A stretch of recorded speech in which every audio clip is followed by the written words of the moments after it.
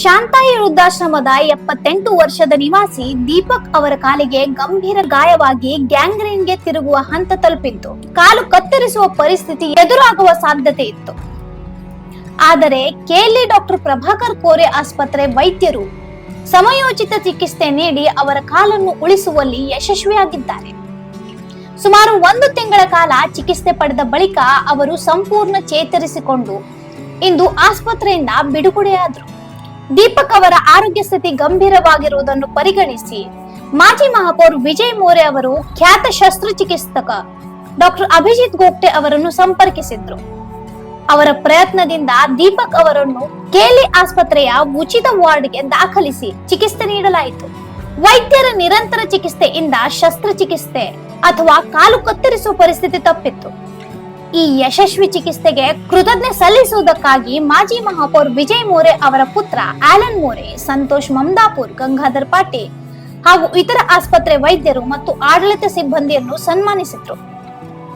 ಈ ಸಂದರ್ಭದಲ್ಲಿ ಪ್ರಾಂಶುಪಾಲರು ಡಾಕ್ಟರ್ ರಾಜೇಶ್ ಪವಾರ್, ವೈದ್ಯಕೀಯ ಅಧೀಕ್ಷಕ ಡಾಕ್ಟರ್ ಆರಿಫ್ ಮಾಲ್ದಾರ್, ಡಾಕ್ಟರ್ ಆರ್.ಎಸ್. ಮೂಧೋಳ್, ಡಾಕ್ಟರ್ ವಿನೋರ್ಕರ್ ಹಾಗೂ ಡಾಕ್ಟರ್ ಮನೋಜ್ ತೊಗ್ಲೆ ಅವರನ್ನು ಗೌರವಿಸಲಾಯಿತು.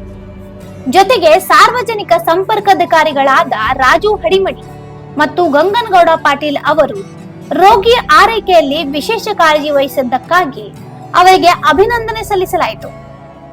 Doctor Abhijit Gopte, doctor Vinod Kargi, doctor Prashant Hombal ಹಾಗೂ ಸ್ನಾತಕೋತ್ತರ ವೈದ್ಯರಾದ ಡಾಕ್ಟರ್ ಸಾಗರಿಕಾ, ಡಾಕ್ಟರ್ ಜೈಭವನ್ ಮತ್ತು ಡಾಕ್ಟರ್ ಶಾಂತನು ಅವರ ಸೇವೆಯನ್ನು ಸಹ ಶ್ಲಾಘಿಸಲಾಯಿತು. ಈ ವೇಳೆ ಮಾತನಾಡಿದ ವಿಜಯ್ ಮೋರೆ ಅವರು ವೃದ್ಧರಿಗೆ ಉಚಿತ ಹಾಗೂ ಗುಣಮಟ್ಟದ ಚಿಕಿತ್ಸೆ ನೀಡಿ ಮಾನವೀಯತೆ ಸೇವೆ ಸಲ್ಲಿಸಿರುವ ಈ ಕೇಲಿ ಆಸ್ಪತ್ರೆ ವೈದ್ಯಕೀಯ ತಂಡವನ್ನು ಪ್ರಶಂಸಿಸಿದರು.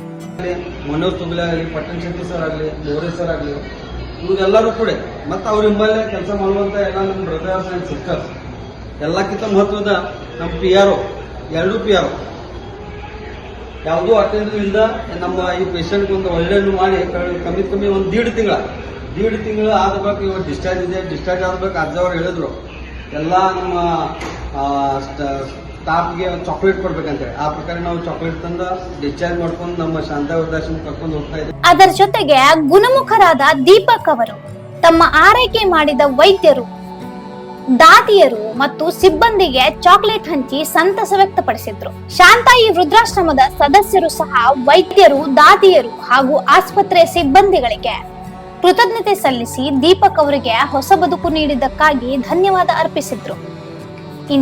ಇನ್ನೂ ಅಪ್ಡೇಟ್ಗಳಿಗಾಗಿ ಫಾಲೋ ಮಾಡಿ ವಾಯ್ಸ್ ಆಫ್ ವಿನುಗ್ರಾಮ್ಗೆ.